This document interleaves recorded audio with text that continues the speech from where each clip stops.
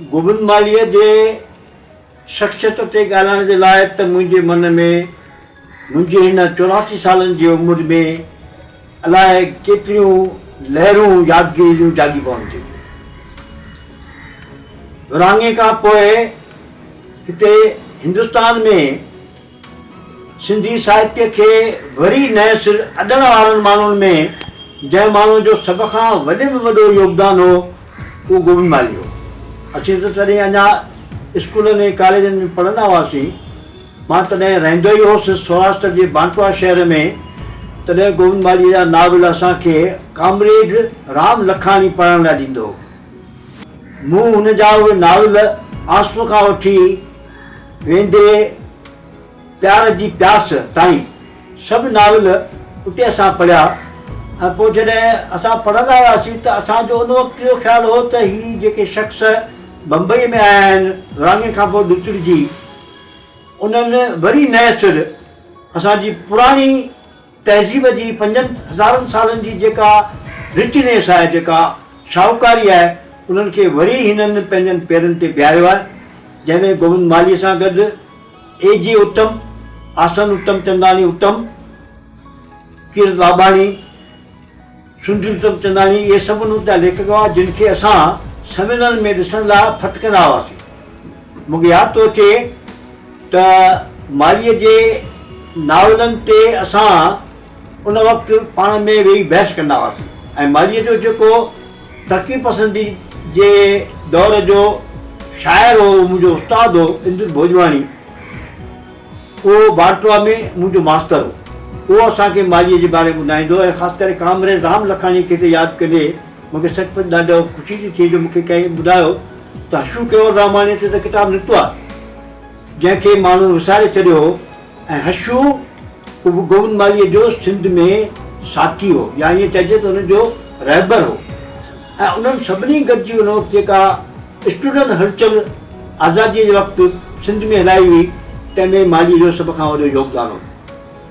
मालीअ भारत में अची रवा जूं नौकरियूं कयूं। ईअं वकील हो अॻु में, पर पोइ हुन पूरी तरह सां पंहिंजे सिंधी जेका ॿोली आहे साहित्य सभा, हुननि जेका पोइ अखिल भारत सिंधी ॿोली साहित्य सभा ठाही, उन में अर्पण करे छॾी। ऐं मालीअ जो सभ खां वॾो योगदानु जेको आहे सो आहे सिंधी नावल में। सिंधी नावल खे शुरूआति में वॾो औज ॾियण वारनि माण्हुनि में जेकॾहिं को माण्हू आहे त उहो गोविंद माली आहे। ऐं मां सम्झां थो त हुन जा नावल समाजिक सचाइयुनि ते, ख़ासि करे ग़रीब गुरबनि जे लाइ, हुनजो हिकिड़ो नावल मूंखे अॼु यादि थो अचे, शर्म बूटी, जेको मूंखे ॾाढो यादि थो अचे छाकाणि उन शर्म बूटीअ जी जेका हीरोइन मूंखां नालो में उछरी वियो आहे, उन ते कंहिं ज़माने में मां, हरीश वासवाणी, असांजा ॿिया दोस्त पाण में बहस कंदा हुआसीं। ऐं मालीअ सां जॾहिं हिते उल्हासनगर में पोइ कॉलेज में जॾहिं मां पहिरीं लेक्चरार ऐं प्रोफेसर जी थियुसि, तॾहिं मालीअ खे मां पंहिंजनि कॉलेजनि जे स्टूडेंट सां मिलाइण जे लाइ ख़ासि लेखकनि खे घुराईंदुसि। ख़ासि करे कॾहिं बेवस जी वर्सी हूंदी हुई या कॾहिं साहित्य सभा जी का मीटिंग हूंदी हुई त मां उन्हनि खे स्पेशल गेस्ट करे घुराईंदुसि, जंहिंमें माली उत्तम मोट ॿ दफ़ा आयो आहे, कीर्त बाबाणी खे मूं घुरायो आहे। तॾहिं मालीअ खे मां चवंदुसि त तो पंहिंजी सॼी ज़िंदगी अर्पण करे छॾी आहे। कांदिवली में हिकिड़े घर में रहंदो हो, पहिरियों त उते असीं हुन वटि घुमण वेंदा हुआसीं। ख़ासि करे मालीअ जे नावलनि ते मूं पहिरियों पंहिंजो तनक़ीदी लेख जेको आहे सो माली ऐं हुनजा नावल नाले सां उन वक़्तु अहमदाबाद जे सिंधी साहित्य संगत जो मां मेंबर हुउसि।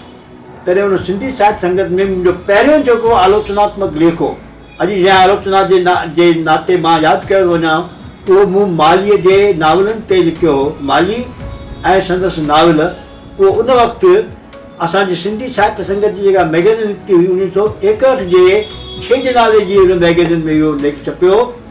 ऐं जॾहिं इहो लेख छपिजी, उन वक़्तु मां रहंदो ई हुते अहमदाबाद में हुउसि, मां मास्टर हुउसि, तॾहिं हिते उत्तम पंहिंजे नई दुनिया में हुनजो ख़ासि नोट वरितो ऐं हुननि चयो त सरबस्त नमूने सां उन ज़माने जे एतिरनि 15-20 नावलनि ताईं एॾो सरबस्तो लेख लिखण वारो अञा ताईं ॿियो सिंधीअ में कोन पैदा थियो आहे। ऐं मालीअ बि मूंखे पोइ जॾहिं मूंखे गॾियो हुते असां घुरायोसीं अहमदाबाद में कंहिं फंक्शन में आयो त मूंखे चई त जेतिरो ई मां तुंहिंजे रायनि सां झकराए न आहियां, तुंहिंजे नाम जे रायनि सां, पर तो मुंहिंजी नावलनि ते एॾे विस्तार सां बाक़ाइदे मिसाल ॾेई तो यादि मूंखे कयो आहे, तंहिंजे लाइ मूंखे ॾाढी ख़ुशी आहे। मालीअ में हिकिड़ो गुण जेको सो कहिड़ो त मालीअ खे असीं चवंदा हुआसीं था गुरू।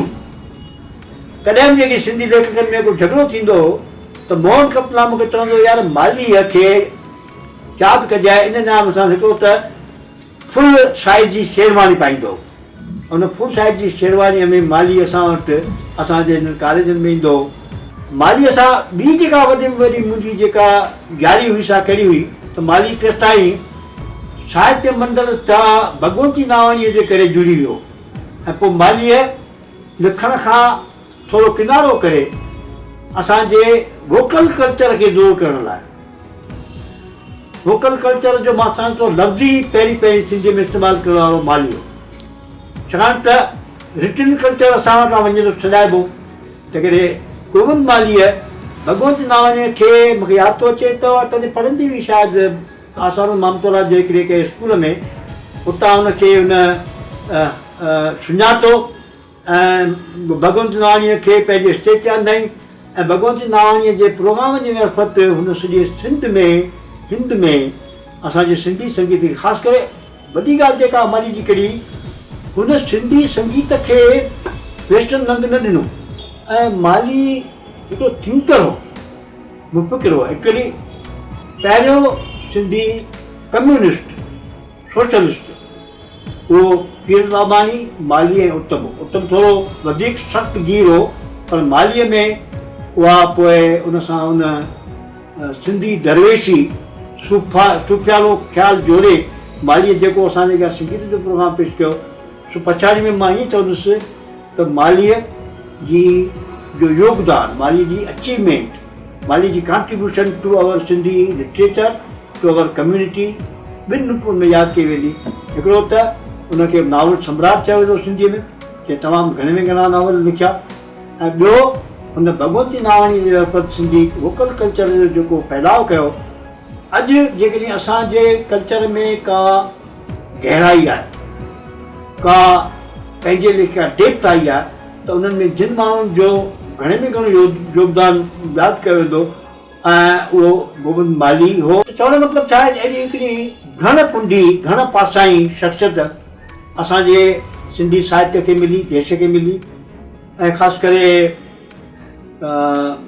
हिते हिंदुस्तान में अॼु जॾहिं मां महसूसु थो कयां त हुनजी हिकिड़ी सदोरी सभा जी धीअ शोभा चंदनाणी जे नाले सां अॼु मालीअ जी मैगज़िन में कंदी हुई मुल्क जे नाले सां, जंहिंमें मुंहिंजियूं रचनाऊं छपजंदियूं हुयूं। ऐं मुल्क एक्चुअली भगवंत नावाणी जे मुल्क सां मिले थी वञी ऐं इहे सभु ॻाल्हियूं मां यादि करे अॼु सचपच साहित्य जे हिकु पांधेड़ी रूप में मां असीं पांधेड़ा आहियूं।